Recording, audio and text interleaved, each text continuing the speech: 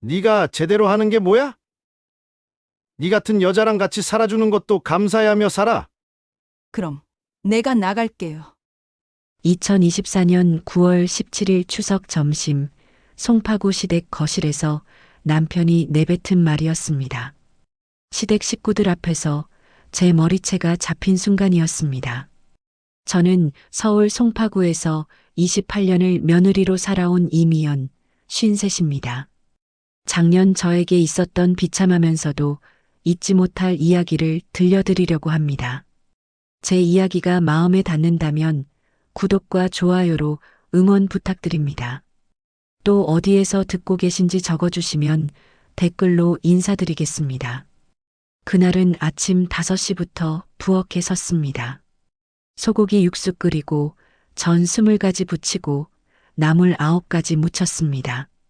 손등에는 기름 튄 자국이 붉게 올라왔고 허리는 끊어질 듯 아팠어요. 국이 싱거워. 시어머니 김순덕 씨가 첫마디를 던졌습니다. 파마한 짧은 머리를 쓸어 넘기며 금반지 낀 손가락으로 국그릇을 밀어냈어요. 죄송합니다. 다시 끓여 올릴게요. 국그릇을 들고 일어서는데 남편 박재훈이 제 손목을 낚아챘습니다. 앉아. 창피하게. 목소리가 낮게 깔렸어요. 골프로 그을린 얼굴에 핏줄이 서고 단정한 눈매가 날카롭게 좁혀졌습니다. 국간이 안 맞았나 봐요. 제가 다시 말을 잇는데 남편이 국그릇을 바닥에 내리쳤습니다. 도자기 깨지는 소리가 거실에 울렸고 뜨거운 국물이 제 종아리로 튀었어요. 네가 뭘 안다고 요리를 해? 28년을 먹여 살렸더니 이 꼴이냐? 남편이 자리에서 일어섰습니다. 키 178cm, 관리된 체형의 남편이 제 앞을 가로막았어요. 시동생 내외와 조카들이 숨죽였습니다. 시어머니는 냉소를 띤 얼굴로 팔짱을 꼈어요. 아무도 말리지 않았습니다. 죄송해요. 제가 잘못했어요. 무릎 꿇고 깨진 그릇을 주우려는데 남편 손이 제 머리채를 움켜잡았습니다. 이 여편네가 정신을 못 차리네. 머리가 뒤로 꺾이며 천장의 형광등이 눈에 들어왔어요. 목이 젖혀지고 숨이 막혔습니다. 이제 그만. 혼잣말이 목구멍까지 올라왔습니다. 더는 못 살겠어. 손 놓으세요. 제 목소리가 거실에 울렸습니다. 떨리지 않은 또렷한 목소리였어요. 남편 손에 힘이 풀렸습니다. 저는 머리채를 쥐고 있던 그 손을 밀어냈습니다. 이혼하겠습니다. 12명이 지켜보는 거실 한가운데서 저는 말했습니다. 시어머니가 코웃음을 쳤어요. 또 시작이네. 어디 가서 뭐 먹고 살려고. 어디든 가겠습니다. 현관으로 걸어갔습니다. 슬리퍼도 신지 않고 가방도 들지 않았어요. 맨발로 현관문을 열었습니다. 야, 이 여편네야. 돌아와. 남편의 고함이 등 뒤에서 터졌지만 뒤돌아보지 않았습니다. 아파트 복도는 차갑고 딱딱했습니다. 발바닥에 시멘트 바닥의 차가움이 전해졌고 계단을 내려가며 발 뒤꿈치가 쓰라렸어요. 1층 로비를 지나 정문을 나섰습니다. 9월의 오후 햇살이 따가웠습니다. 아파트 단지 앞 도로에는 차들이 지나갔고 추석 연휴라 사람들이 드문드문 걸어갔어요. 맨발의 제 모습을 보고 고개를 돌리는 사람들도 있었습니다. 어디로 가야 할까요? 친정 부모님은 돌아가셨고 친구들은 모두 연락이 끊긴 지 오래였어요. 지갑도 휴대폰도 없었습니다. 편의점 앞 벤치에 주저앉았습니다. 발바닥에서 피가 배어 나왔고 무릎에 힘이 풀렸어요. 단발머리가 바람에 흩날렸고 검은색의 흰머리 섞인 머리카락이 얼굴을 가렸습니다. 이제 어떻게 살지? 눈물이 나올 것 같았지만 나오지 않았어요. 28년의 결혼 생활이 이렇게 끝나는 걸까요? 얼마나 앉아 있었을까요? 해가 기울고 편의점 간판에 불이 들어왔습니다. 배에서 소리가 났어요. 아침 5시부터 서서 요리만 하고 정작 밥은 한 술도 못 먹었습니다. 입안에 침이 고였고 속이 쓰렸어요. 길 건너편에 분식집이 보였습니다. 봄날 국밥이라는 간판이 희미하게 빛났어요. 맨발로 횡단보도를 건너 분식집 문을 열었습니다. 어서 오세요. 사장님이 고개를 들었다가 제 맨발을 보고 눈을 깜빡였어요. 국밥 하나 주세요. 구석 자리에 앉았습니다. 플라스틱 의자가 딱딱했고 테이블에는 김치와 단무지가 놓여 있었어요. 국밥이 나왔습니다. 김이 모락모락 피어올랐고 국물 냄새에 눈물이 핑 돌았어요. 숟가락을 들어 국물을 한 입 떠넣었습니다. 뜨거웠지만 삼켰어요. 허겁지겁 밥을 말아 넘겼습니다. 국물이 목구멍을 타고 내려가며 속이 조금 풀렸어요. 김치를 한 입 베어 물고 억지로 씹었습니다. 그릇을 비우고 나니 현실이 밀려왔습니다. 지갑이 없다는 것, 계산을 할 수 없다는 것, 계산대로 갔습니다. 사장님이 계산기를 두드렸어요. 6,000원입니다. 가방을 뒤적이는 척 했습니다. 손이 떨렸고 얼굴이 화끈거렸어요. 죄송한데요. 지갑을 집에 두고 와서. 사장님 얼굴이 굳었습니다. 네, 정말 죄송합니다. 제가 지금 집에서 나온 상황이라. 목소리가 떨렸어요. 아니, 그럼 어떻게 하시려고요? 사장님이 팔짱을 꼈습니다. 뒤에 손님이 들어왔습니다. 키 165cm 정도의 노년 여성이었어요. 고급스러운 회색빛 긴 머리를 뒤로 넘겼고 캐시미어 코트에 진주 귀걸이를 하고 계셨습니다. 그분이 저를 한번 보더니 사장님께 말했습니다. 함께 계산해 주세요. 네. 저는 얼떨결에 되물었어요. 괜찮습니다. 제가 낼게요. 또렷한 목소리였습니다.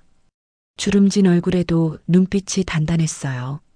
아니에요. 그럴 수 없어요. 저는 말을 잇지 못했습니다.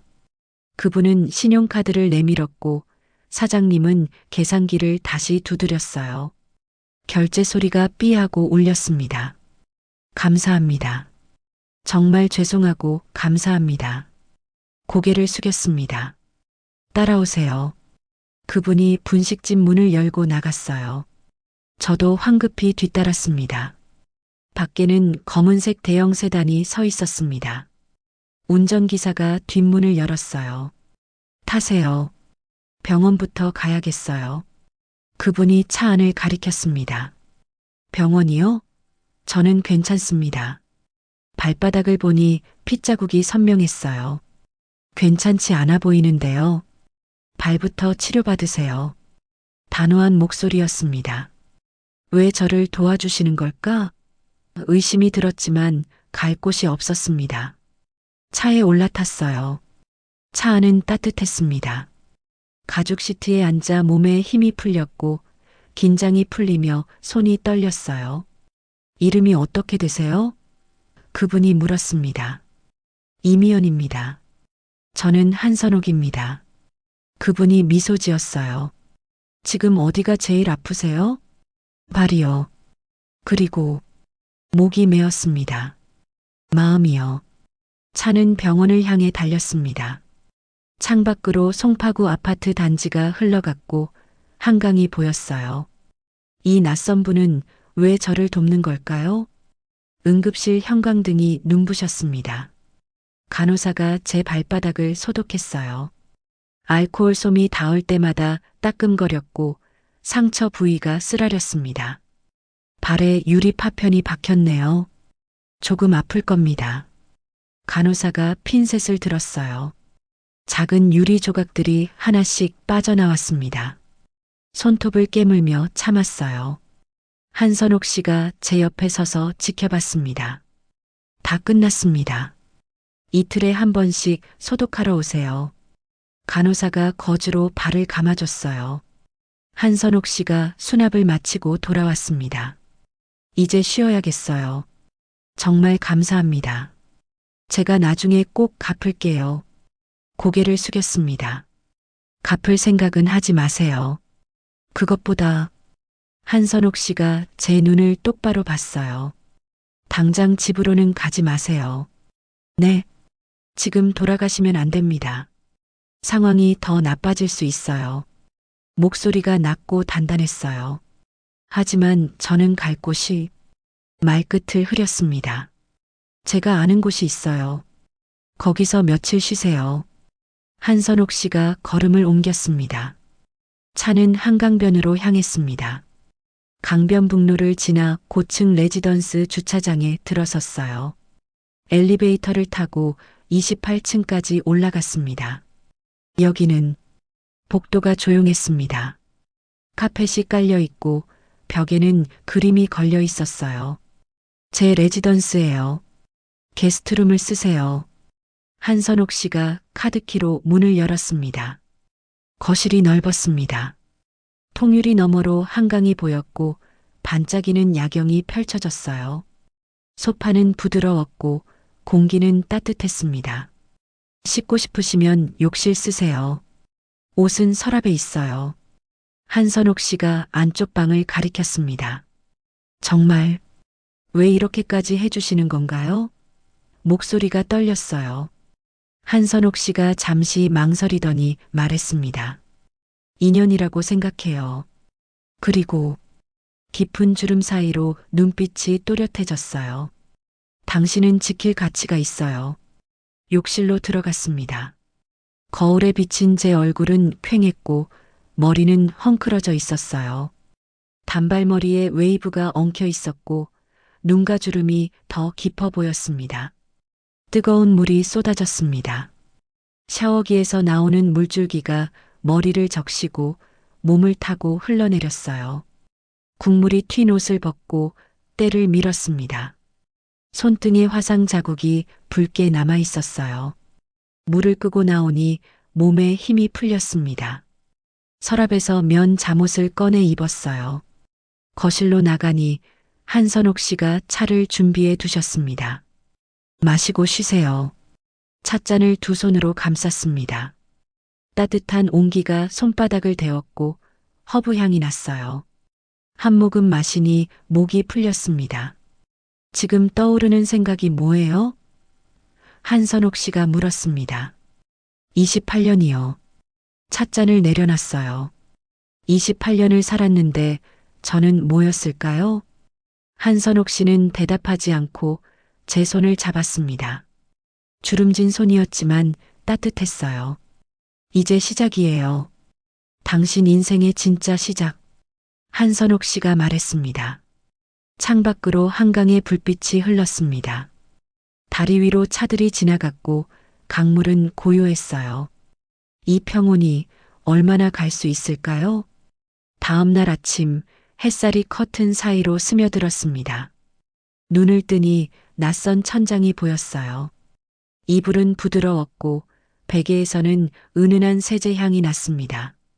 시댁에서 깨던 아침과는 달랐어요. 거실로 나가니 한선옥 씨가 식탁에 앉아 계셨습니다. 잘 주무셨어요?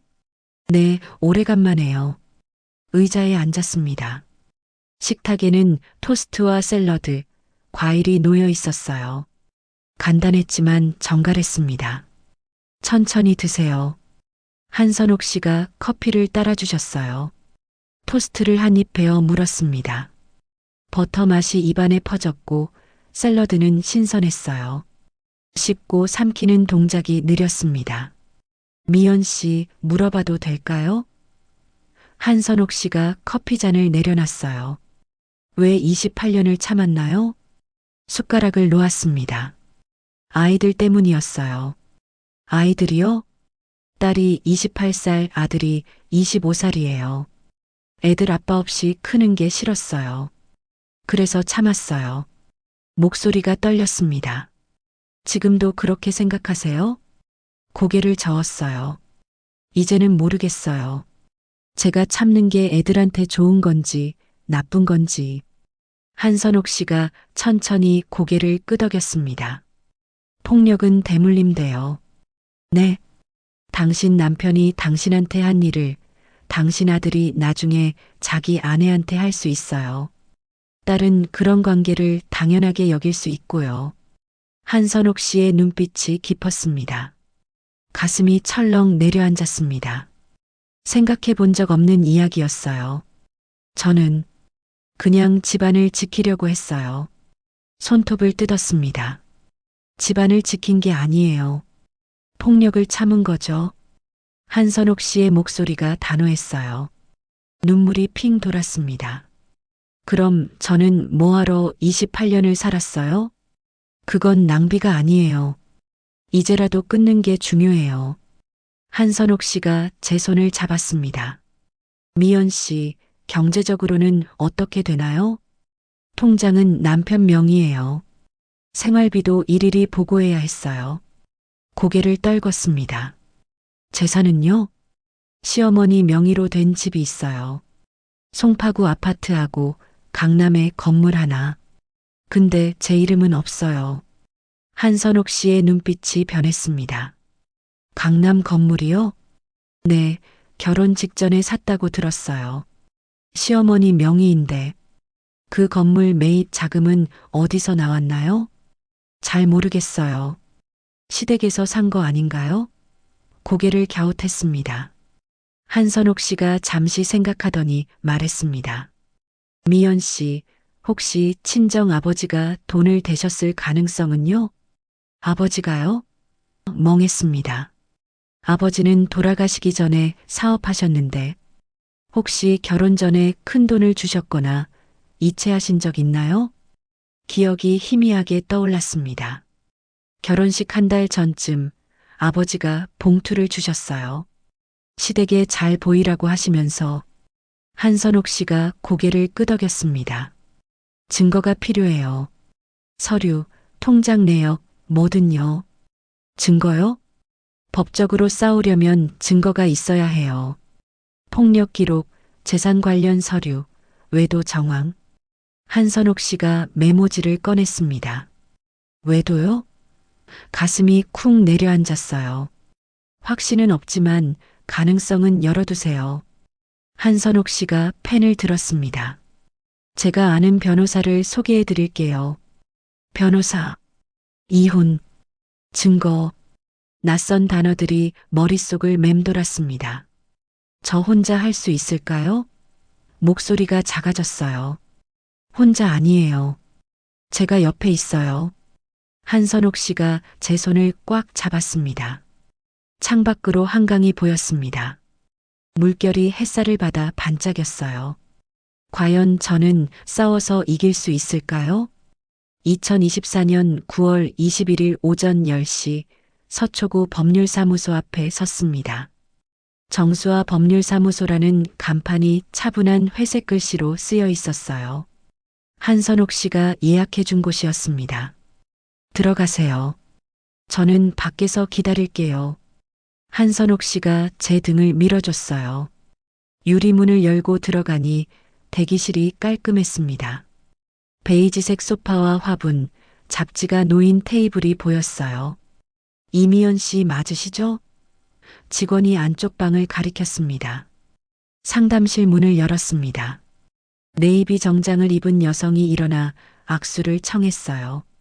키 168cm, 어깨까지 오는 단정한 보브컷에 안경을 쓴 40대 중반 여성이었습니다. 정수아 변호사입니다. 앉으세요. 날카로운 눈매였지만 목소리는 차분했어요. 책상 너머로 마주 앉았습니다. 변호사는 노트북을 켜고 펜을 들었어요. 한선옥 선생님께 대략적인 이야기는 들었어요. 결혼 28년, 가정폭력, 경제권 박탈. 맞나요? 네. 구체적으로 말씀해 주세요. 폭력은 언제부터였나요? 펜이 종이 위에서 움직였어요. 결혼 1년 차부터요. 처음엔 소리만 질렀는데 나중엔 때렸어요. 얼마나 자주요? 한 달에 2~3번? 명절이나 가족 모임 때 더 심했어요. 병원 기록은요? 고개를 저었습니다. 병원 간 적 없어요. 들키면 안 된다고 생각했어요. 정수아 변호사가 펜을 놓았습니다. 이미연 씨, 솔직히 말씀드릴게요. 이기기 어려워요. 네. 증거가 없어요. 병원 기록 없고, 신고 기록 없고, 사진도 없어요. 법정에서는 증거가 전부예요. 목소리가 냉정했어요. 가슴이 답답했습니다. 그럼 어떻게 해야 하나요? 지금부터 모으세요. 폭력당하면 사진 찍고, 병원 가고, 신고하세요. 녹음도 하고요. 그런데, 목소리가 떨렸어요. 저는 이미 집을 나왔어요. 돌아가셔야 해요. 변호사가 단호하게 말했습니다. 네. 머리가 하얘졌어요. 증거를 확보하려면 집에 들어가서 서류를 찾아야 해요. 통장, 계약서, 보험 서류, 뭐든요. 변호사가 체크리스트를 넘겼습니다. 돌아가면 또 맞을 텐데요. 그럼 그때 신고하세요. 경찰 기록이 생기면 유리해요. 변호사의 눈빛이 차가웠어요. 손이 떨렸습니다. 저보고 일부러 맞으라는 거예요? 아니에요. 신변 보호를 최우선으로 하되 증거 확보도 병행하라는 거예요. 변호사가 명함을 내밀었습니다. 위급하면 바로 연락하세요. 24시간 받아요. 명함을 받아들었습니다. 손이 떨려서 종이가 흔들렸어요. 재산 분할은 어떻게 되나요? 시어머니 명의 재산은 일단 어려워요. 명의 신탁이나 실질 자금 출처를 증명해야 해요. 변호사가 노트북을 두드렸습니다. 친정 아버지가 돈을 대셨다면 증거가 있어야 해요. 무슨 증거요? 이체 내역, 영수증, 계약서, 편지, 뭐든요. 집에서 찾아보세요. 집에 그런 게 있을까요? 모를 일이에요. 사람들은 의외로 서류를 잘 버리지 않거든요. 변호사가 파일을 닫았습니다. 이미연 씨, 각오하세요. 이혼 소송은 전쟁이에요. 전쟁이요? 네. 감정 싸움이 아니라 증거 싸움이에요. 이기려면 냉정해야 해요. 변호사가 일어섰습니다. 상담실을 나와 대기실로 갔습니다. 한선옥 씨가 잡지를 보고 계셨어요. 어떻게 됐어요? 한선옥 씨가 물었습니다. 증거가 필요돼요. 집에 가서 서류를 찾아야 한대요. 목소리가 떨렸어요. 그럼 가야죠. 무서워요. 또 맞을 것 같아요. 한선옥 씨가 제 어깨를 잡았습니다. 혼자 안 보내요. 제가 같이 갈게요. 창밖으로 서초구 빌딩들이 보였습니다. 햇살이 강했고 사람들은 바쁘게 걸어갔어요. 2024년 9월 23일 오후 2시 송파구 아파트 앞에 차가 섰습니다. 제가 15분 뒤에 전화할게요. 받지 않으면 바로 올라갈게요. 한선옥 씨가 제 손을 꽉 잡았어요. 네. 차에서 내렸습니다. 아파트 로비를 지나 엘리베이터를 탔어요. 12층 버튼을 눌렀습니다. 엘리베이터가 올라가며 심장이 쿵쾅거렸어요. 현관문 앞에 섰습니다. 비밀번호를 눌렀어요. 삐소리와 함께 문이 열렸습니다. 집안은 조용했습니다. 거실 탁자 위에는 이틀 전 명절 음식 그릇들이 그대로였어요. 김치전이 굳어 있고 나물은 말라 있었습니다. 파리가 윙윙거렸어요. 누구세요? 안방에서 시어머니 목소리가 들렸습니다. 저예요, 어머니. 현관에서 대답했어요. 왔어? 시어머니가 안방 문을 열고 나왔습니다. 파마한 짧은 머리에 남색 추리닝 차림이었어요. 짐 싸러 왔나? 네. 그래. 알아서 해. 시어머니가 거실 소파에 앉아 리모컨을 들었습니다. TV가 켜졌어요. 안방으로 들어갔습니다. 침대는 정리되지 않았고 이불이 구겨져 있었어요. 옷장을 열고 옷 몇 벌을 꺼냈습니다. 남편 서랍을 열었습니다. 변호사가 말한 서류를 찾아야 했어요. 손이 떨렸지만 서랍 안을 뒤졌습니다. 통장 몇 건이 나왔습니다. 제 이름이 적힌 통장도 있었어요. 펼쳐보니 잔액이 0원이었습니다. 해지된 통장이었어요. 보험 서류도 나왔습니다. 종신보험, 암보험, 실손보험, 모두 20년 전쯤 가입한 것들이었는데 해지 도장이 찍혀 있었어요. 언제 해지한 거지? 보험료를 남편이 냈다고 들었는데 해지된 줄은 몰랐습니다. 휴대폰을 꺼내 사진을 찍었어요. 통장, 보험 서류, 해지 확인서. 손이 떨려 사진이 흔들렸지만 몇 장 더 찍었습니다. 서랍 깊숙이 낡은 봉투가 하나 있었어요. 누렇게 바랜 종이 봉투였습니다. 꺼내서 열었어요. 계좌 이체 확인서가 나왔습니다. 1996년 11월 15일자 2,500만 원. 송금인은 아버지 이름이었어요. 이게 뭐지? 손이 떨렸습니다. 이체 확인서 뒤에 메모가 있었어요. 아버지 필체였습니다. 미연이 시댁 건물 자금. 명의는 시어머니로. 가슴이 쿵 내려앉았습니다. 강남 건물 자금이 아버지 돈이었다는 거예요? 휴대폰으로 사진을 찍었습니다. 이체 확인서, 메모, 봉투까지. 손이 떨려서 여러 번 찍었어요. 뭐해? 시어머니 목소리가 방문 밖에서 들렸습니다. 깜짝 놀라 봉투를 가방에 넣었어요. 짐 싸고 있어요. 서랍은 왜 뒤져? 시어머니가 방 안으로 들어왔습니다. 제 통장 찾으려고요. 통장은 없어. 다 정리했어. 시어머니가 팔짱을 꼈어요. 내가 나간 날 재훈이가 다 해지했어. 왜요? 너 줄 돈 없다고. 시어머니가 코웃음 쳤습니다.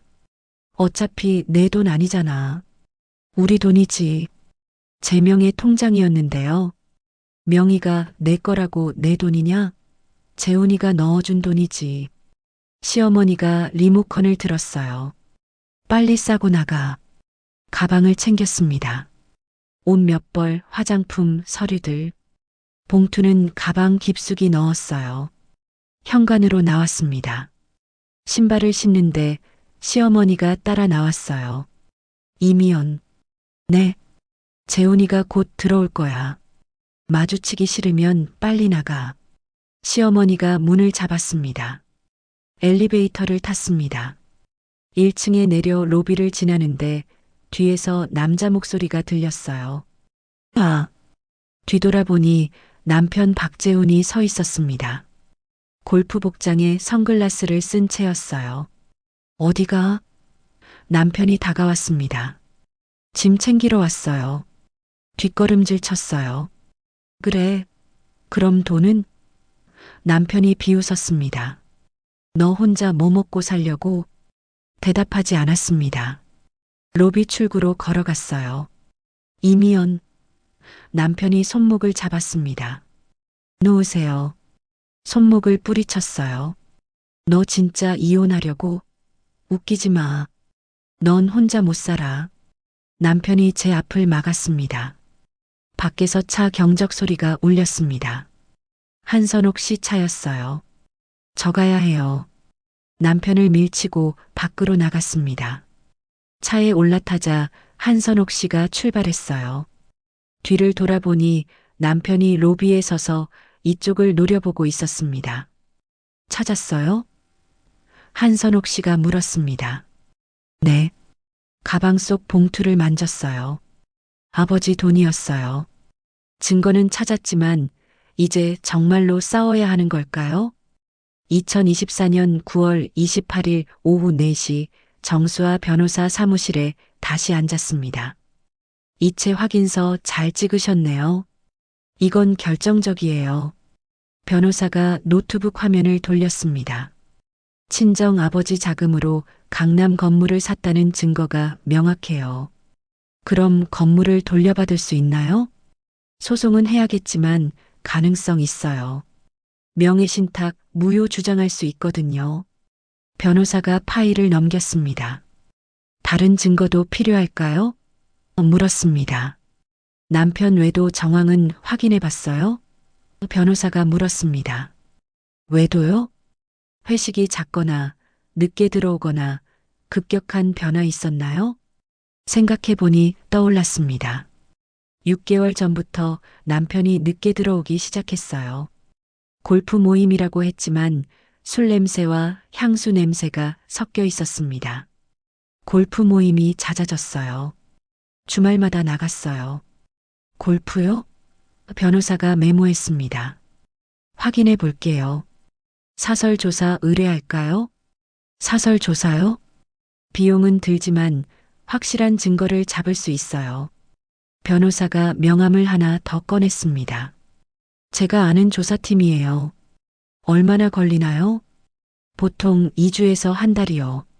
상황에 따라 다르지만 명함을 받아들었습니다. 손이 떨렸어요. 2주가 지났습니다. 2024년 10월 12일 오전 11시 변호사 사무실에서 전화가 왔어요. 이미연 씨, 결과 나왔어요. 사무실로 오실 수 있어요? 한선옥 씨와 함께 사무실로 갔습니다. 변호사가 서류 봉투를 내밀었어요. 열어보세요. 봉투를 뜯었습니다. 사진 여러 장이 나왔어요. 첫 번째 사진. 레스토랑 앞에서 남편이 젊은 여자와 나오는 장면이었습니다. 키 165cm 정도, 긴 생머리에 미니스커트를 입은 20대 후반 여성이었어요. 남편이 그 여자 허리를 감싸고 있었습니다. 두 번째 사진. 호텔 입구에서 남편과 그 여자가 들어가는 장면이었어요. 남편은 선글라스를 쓰고 여자는 모자를 눌렀었습니다. 세 번째 사진. 호텔 객실 창문 너머로 두 사람의 실루엣이 보였어요. 손이 떨렸습니다. 사진이 바닥에 떨어졌어요. 이게 목소리가 나오지 않았습니다. 확실한 외도 증거예요. 레스토랑 3곳, 호텔 2곳, 총 7회 확인됐어요. 변호사가 조사 보고서를 펼쳤습니다. 저 여자는 누구예요? 남편 회사 후배로 확인됐어요. 28살 영업팀 대리. 변호사가 말했습니다. 28살. 제 딸 나이였어요. 6개월 전부터 만났어요. 주말 골프 모임은 핑계였고 실제로는 데이트했어요. 변호사가 사진을 정리했습니다. 한선옥 씨가 제 어깨를 잡았습니다. 괜찮아요? 괜찮지 않아요. 눈물이 났어요. 28년을. 저는 뭐였을까요? 미연 씨. 변호사가 단호하게 말했습니다. 지금은 감정보다 기록이 중요해요. 이 증거면 위자료 받을 수 있어요. 위자료요? 외도는 이혼 사유이자 손해배상 청구 사유예요. 남편한테 위자료 청구할 수 있어요. 변호사가 계산기를 두드렸습니다. 얼마나요? 폭력과 외도 합쳐서 5천만 원에서 1억 원 사이로 예상돼요. 숫자가 귓가를 맴돌았습니다. 5천만 원, 1억 원, 28년의 값이 그것뿐인가요? 소송 진행할까요? 변호사가 물었습니다. 고개를 끄덕였습니다. 네, 하겠어요. 각오하세요. 상대방은 끝까지 부정할 거예요. 변호사가 소송 절차 안내서를 건넸습니다. 사무실을 나와 차에 올랐습니다. 한선옥 씨가 운전대를 잡지 않고 제 손을 잡았어요. 울고 싶으면 우세요. 눈물이 쏟아졌습니다. 소리내어 울었어요. 28년의 무게가 한꺼번에 쏟아졌습니다. 과연 이 싸움의 끝은 어디일까요? 2024년 10월 18일 오전 레지던스 거실에서 서류를 정리하고 있었습니다.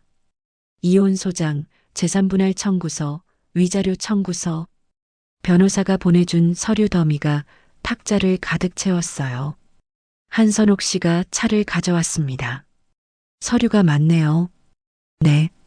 읽어도 무슨 말인지 잘 모르겠어요. 한숨이 나왔습니다. 천천히 하세요. 급할 것 없어요. 한선옥 씨가 차를 따라주셨어요. 서류 사이에서 낡은 봉투가 다시 눈에 띄었습니다. 시댁에서 가져온 아버지 이체 확인서가 든 봉투였어요. 봉투를 다시 열었습니다.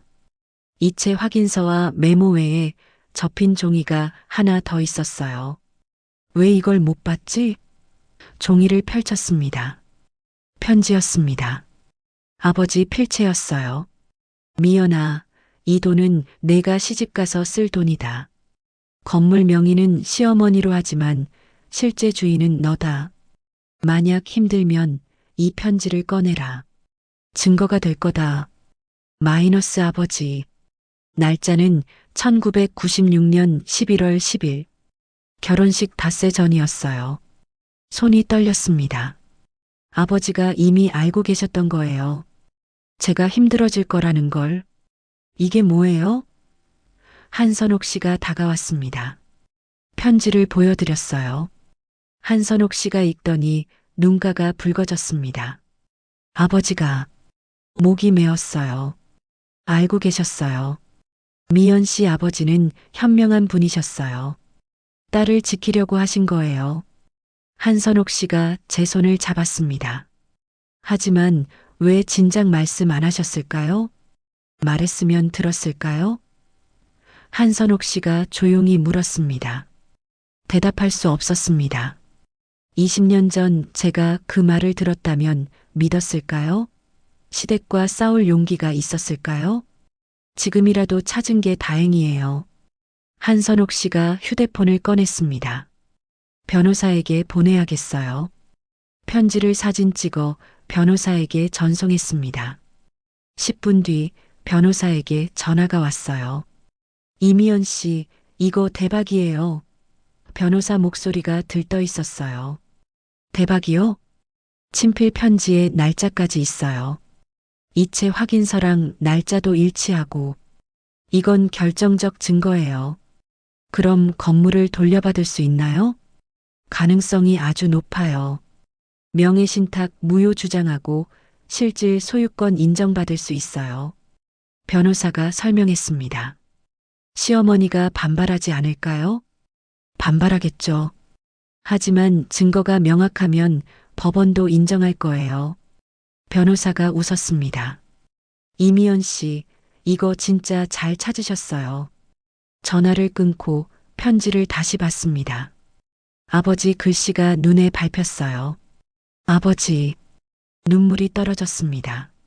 한선옥 씨가 제 어깨를 감싸주셨어요. 우셔도 돼요. 제가 바보였어요. 진작 찾았으면. 목이 메었습니다. 아니에요. 지금 찾은 게 중요해요. 한선옥 씨가 제 눈물을 닦아주셨습니다. 탁자 위 서류들을 보니 이제 싸울 준비가 된 것 같았어요. 폭력 신고 기록은 없지만 외도 증거와 재산 증거는 확실했습니다. 선옥 씨, 제가 불렀어요. 네. 왜 저를 도와주시는 거예요? 진짜 이유가 뭐예요? 궁금했어요. 한선옥 씨가 잠시 망설이더니 지갑에서 사진 한 장을 꺼냈습니다. 이거 보세요. 흑백 사진이었어요. 젊은 시절 두 여자가 팔짱을 끼고 웃고 있었습니다. 한 명은 젊은 한선옥 씨였고 다른 한 명은 엄마. 숨이 멎었어요. 네. 미연 씨 어머니예요. 한선옥 씨가 사진을 쓰다듬었습니다. 그 순간 모든 게 이해됐습니다. 왜 낯선 저를 도와줬는지, 왜 이렇게까지 신경 써주셨는지. 어머니 친구셨어요? 목소리가 떨렸어요. 오래된 친구였어요. 한선옥 씨가 미소 지었습니다. 엄마와 한선옥 씨가 친구였다는 사실이 믿기지 않았어요. 엄마와 어떻게 하셨어요? 사진을 들여다봤습니다. 한선옥 씨가 창밖을 봤어요. 같은 중고등학교를 나오고 대학도 함께 갔죠. 당시 형편이 어렵던 저를 미연 씨의 어머니가 많이 도와줬어요. 그 길로 서로에게 없어서는 안 될 친구가 되었죠. 그럼 왜 한 번도 말씀 안 하셨어요? 미연 씨 어머니가 돌아가신 뒤로 연락이 끊겼어요. 그러다가 한선옥 씨가 말을 멈췄습니다. 그러다가요? 미연 씨 어머니가 돌아가시고 함께 자주 갔던 분식집이 그리워갔는데 우연히 미연 씨를 봤어요. 맨발로 서 있는 모습이 옛날 미연 씨 어머니 시집살이 할 때랑 똑같은 모습이었어요. 엄마도 그랬어요? 놀랐습니다. 네. 미연 씨 어머니도 결혼 생활이 힘들었어요. 시댁 폭력, 경제권 박탈, 다 똑같았어요. 한선옥 씨의 목소리가 낮아졌습니다. 그럼 엄마도 끝까지 참았어요. 딸 때문에. 한선옥 씨가 저를 봤어요. 진실을 말했으니 말을 편하게 할게 미연아. 내 엄마가 돌아가시기 1년 전 나한테 부탁했어. 무슨 부탁이요? 혹시 우리 딸이 나처럼 힘들면 옆에 있어 달라고. 한선옥 씨의 눈가가 붉어졌습니다. 가슴이 먹먹했습니다. 엄마가 그런 부탁을 하셨다는 게 믿기지 않았어요. 그래서 저를 도와주신 거예요? 처음엔 그냥 지켜만 봤어. 결혼하고 애 낳고 사는 모습을. 괜찮아 보였어. 한선옥 씨가 한숨을 쉬었습니다. 근데 명절 이후로 집 앞을 몇 번 지나갔는데 내 표정이 엄마랑 똑같더라고. 그래서 분식집에서 계산을 해주셨군요. 정말 우연이었어. 그런데 내가 맨발로 서 있는 걸 보고 그냥 지나칠 수가 없었어. 한선옥 씨가 제 손을 잡았습니다. 눈물이 났습니다. 선옥 씨, 아니, 이모. 이모라고 불러줄래? 들으니 정말 기분이 좋네. 한선옥 씨가 웃었어요. 이모, 고맙습니다. 한선옥 씨를 꼭 안았습니다. 미안해. 진작 나타났어야 했는데. 한선옥 씨도 눈물을 닦았어요. 아니에요. 지금이라도 만나서 다행이에요. 고개를 끄덕였습니다. 미연아, 이제 내 엄마한테 약속 지킬 차례야. 끝까지 같이 싸우자. 한선옥 씨가 제 어깨를 토닥였습니다. 네, 이모. 2024년 10월 25일 가정법원에 이혼 소장을 제출했습니다. 변호사와 함께 법원에 갔어요. 접수 창구에서 서류를 제출하고 접수증을 받았습니다. 이제 시작이에요. 변호사가 말했습니다. 얼마나 걸려요? 빠르면 6개월, 길면 1년 이상이요. 상대방이 어떻게 나오느냐에 따라 달라요. 변호사가 설명했습니다. 일주일 뒤 남편에게 소장이 송달됐다는 연락이 왔어요. 그날 밤 남편에게 전화가 왔습니다. 야, 이미연. 남편 목소리가 차가웠어요. 왜요? 소송 취하해. 싫어요. 진짜 이혼하려고? 미쳤어? 남편이 소리쳤습니다. 미친 게 아니에요. 정신 차린 거예요. 목소리가 떨리지 않았어요. 너 혼자 뭐 먹고 살려고? 돈도 없으면서. 남편이 비웃었습니다. 그건 제가 알아서 할게요. 이미연 경고한다. 소송 취하 안 하면 후회할 줄 알아. 남편이 전화를 끊었습니다. 손이 떨렸습니다. 하지만 후회하지 않았어요.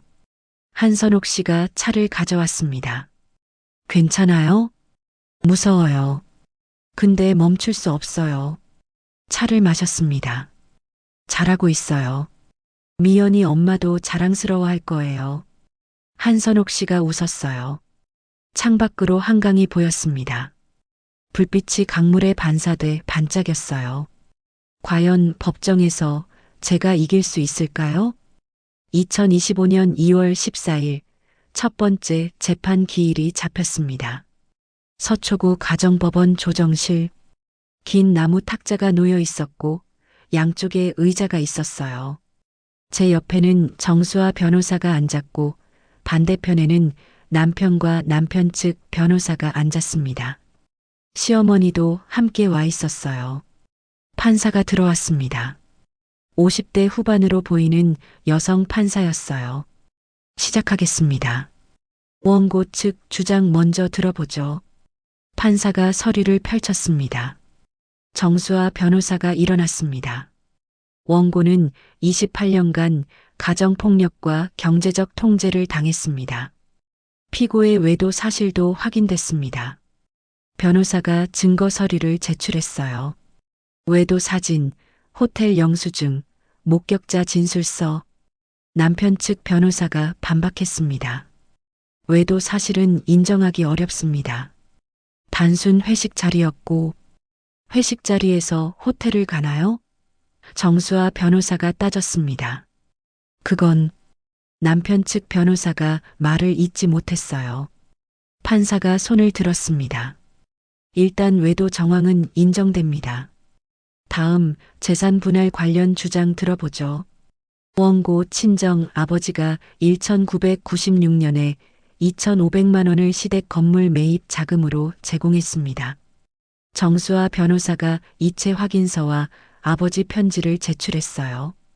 남편 측 변호사가 서류를 받아보더니 얼굴이 굳었습니다.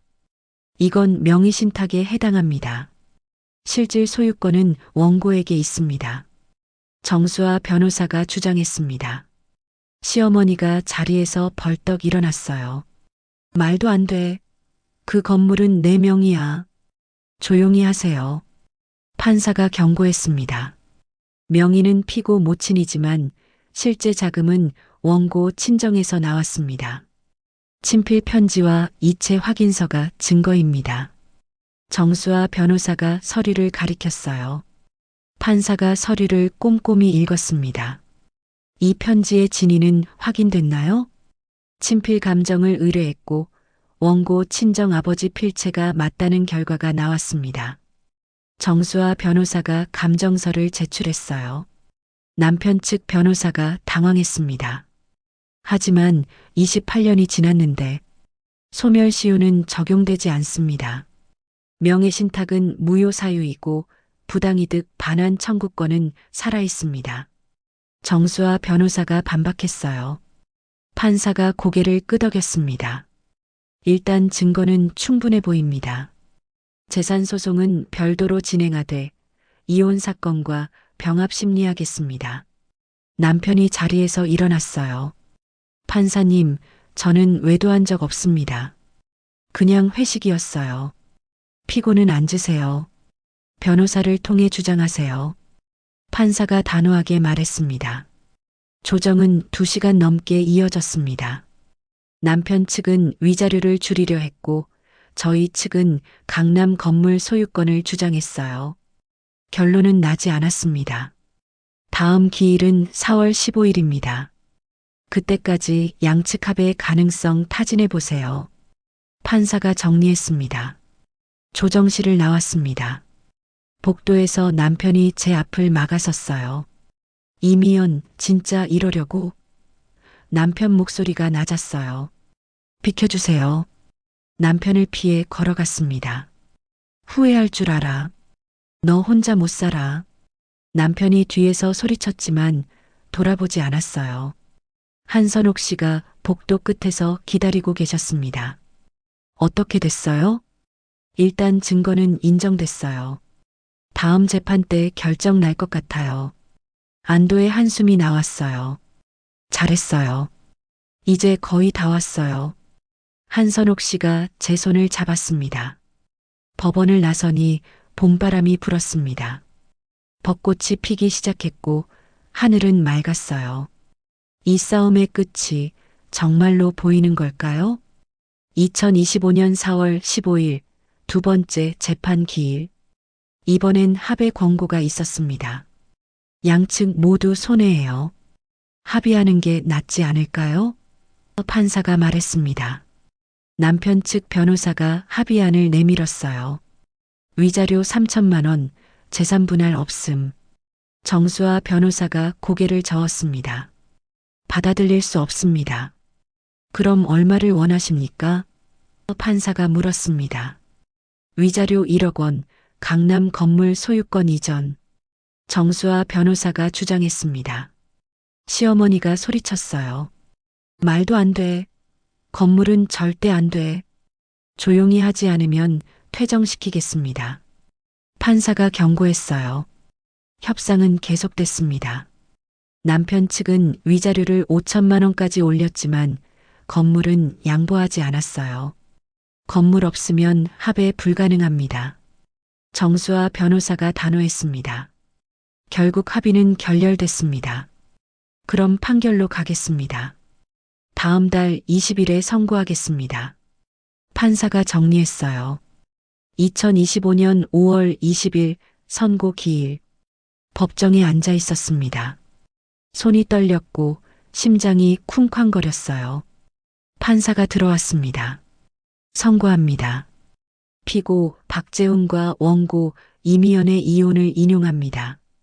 첫 문장에 안도의 한숨이 나왔어요. 위자료는 7천만 원으로 정합니다. 피고의 외도와 가정폭력이 인정되므로 7천만 원. 생각보다 많았어요. 재산 분할 관련해서는 판사가 서류를 넘겼습니다. 강남구 소재 건물의 실질 자금 출처가 원고 친정 아버지 이미 인정됩니다. 시어머니가 자리에서 일어났어요. 안 돼. 조용히 하세요. 한 번 더 그러면 법정 모욕죄로 처벌하겠습니다. 판사가 엄중히 경고했습니다. 따라서 명의신탁 무효를 인정하고 건물 소유권을 원고에게 이전하라고 판결합니다. 귀가 멍했습니다. 이긴 거예요? 송파구 아파트는 부부 공동재산으로 인정해 5대5로 분할합니다. 판사가 망치를 두드렸습니다. 탕! 소리가 법정에 울렸어요. 이상 선고를 마치겠습니다. 정수와 변호사가 제 손을 잡았습니다. 이겼어요. 눈물이 났습니다. 기쁨보다는 안도가 컸어요. 법정을 나서는데 남편이 복도에 서 있었습니다. 이미연. 남편이 불렀어요. 뒤돌아봤습니다. 후회할 줄 알아. 남편이 쓴웃음을 지었습니다. 후회하지 않아요. 고개를 저었어요. 오히려 진작 못한 게 후회돼요. 남편은 대꾸하지 않고 돌아섰어요. 한선옥 씨가 복도 끝에서 기다리고 계셨습니다. 축하해요. 이모. 한선옥 씨를 꼭 안았어요. 고맙습니다. 이제 시작이에요. 미연이 인생의 진짜 시작. 한선옥 씨가 제 등을 토닥였습니다. 한 달 뒤 딸 지혜와 아들 민준이 찾아왔습니다. 엄마. 지혜가 울먹였어요. 미안해요. 미안해할 것 없어. 지혜를 안았습니다. 저희가 몰랐어요. 아빠가 그렇게 심하게 했는지. 민준이 고개를 숙였어요. 알았으면 어쩔 건데. 너희가 막을 수 있었어? 민준 머리를 쓰다듬었습니다. 엄마, 이제 어떻게 살 거예요? 지혜가 물었습니다. 내 이름으로 살 거야. 내가 하고 싶은 일 하면서. 웃었어요. 아이들이 돌아간 뒤 창밖을 봤습니다. 한강이 흘렀고 해가 지고 있었어요. 이제 무엇을 하며 살아야 할까요? 2025년 9월 17일 정확히 1년 만에 다시 추석이 왔습니다. 한강변에 작은 사무실을 열었습니다. 여성자립지원센터라는 간판이 걸렸어요. 한선옥 씨와 함께 운영하는 곳이었습니다. 가정폭력 피해 여성들에게 법률 상담과 재정 교육을 제공하는 곳이었어요. 첫 상담자가 오신대요. 한선옥 씨가 말했습니다. 문이 열렸습니다. 40대 중반 여성이 들어왔어요. 눈가에 멍이 있었고 손이 떨렸습니다. 앉으세요. 의자를 권했습니다. 저는 남편한테 맞았어요. 15년째요. 여성이 울먹였어요. 증거는 있으세요? 아니요. 병원도 안 갔어요. 창피해서 제 과거가 떠올랐습니다. 저도 그랬어요. 28년을 참았죠. 네. 여성이 고개를 들었어요. 증거 없으면 싸우기 어려워요. 하지만 지금부터 모으면 돼요. 메모지를 건넸습니다. 병원 가세요. 사진 찍으세요. 녹음하세요. 혼자 할 수 있을까요? 혼자 아니에요. 저희가 도울게요. 한선옥 씨가 차를 따라줬어요. 여성이 눈물을 닦았습니다. 감사합니다. 상담이 끝나고 창밖을 봤습니다. 한강에 석양이 지고 있었어요. 미연아, 잘하고 있어. 한선옥 씨가 제 어깨를 토닥였습니다. 네, 이모. 이제야 제 이름으로 사는 것 같아요. 강남 건물에서 나오는 임대료로 센터를 운영했어요. 아버지가 남긴 돈이 이렇게 쓰이는 게 맞는 것 같았습니다. 저녁에 지혜와 민준이 찾아왔습니다. 엄마, 센터 잘 되고 있어요? 지혜가 물었습니다. 응. 상담 신청이 많이 들어와. 웃었어요. 엄마 멋있어요. 민준이 엄지를 들었어요. 늦었지만 이제라도 하니까 좋아. 아이들 손을 잡았습니다. 밤에 혼자 한강을 걸었습니다. 반짝이는 불빛이 강물에 비쳤고 바람이 시원했어요. 휴대폰을 꺼내 사진첩을 열었습니다. 1년 전 추석날 맨발로 뛰쳐나온 날의 사진은 없었지만 그날의 기억은 선명했어요. 잘했어, 이미연. 혼잣말을 했습니다. 한선옥 씨에게 문자를 보냈어요. 이모, 고맙습니다. 그리고 사랑해요. 곧 답장이 왔습니다. 나도 사랑해. 미연이 엄마도 자랑스러워할 거야. 눈물이 났습니다. 하지만 슬픈 눈물이 아니었어요. 아버지, 엄마, 그리고 한선옥 씨 모두가 제 곁에 있었어요. 보이지 않지만 느껴졌습니다. 벤치에 앉아 하늘을 봤습니다. 별이 반짝였어요. 아버지, 편지 잘 받았어요. 늦었지만 이제야 꺼냈어요. 하늘을 향해 말했습니다. 바람이 불었습니다. 단발머리가 흩날렸고 웃음이 났어요. 다음 날 아침 센터에 새로운 상담 신청이 들어왔습니다. 제 이야기를 들어주실 수 있나요? 네, 들어드릴게요. 답장을 보냈습니다. 창밖으로 한강이 흘렀습니다.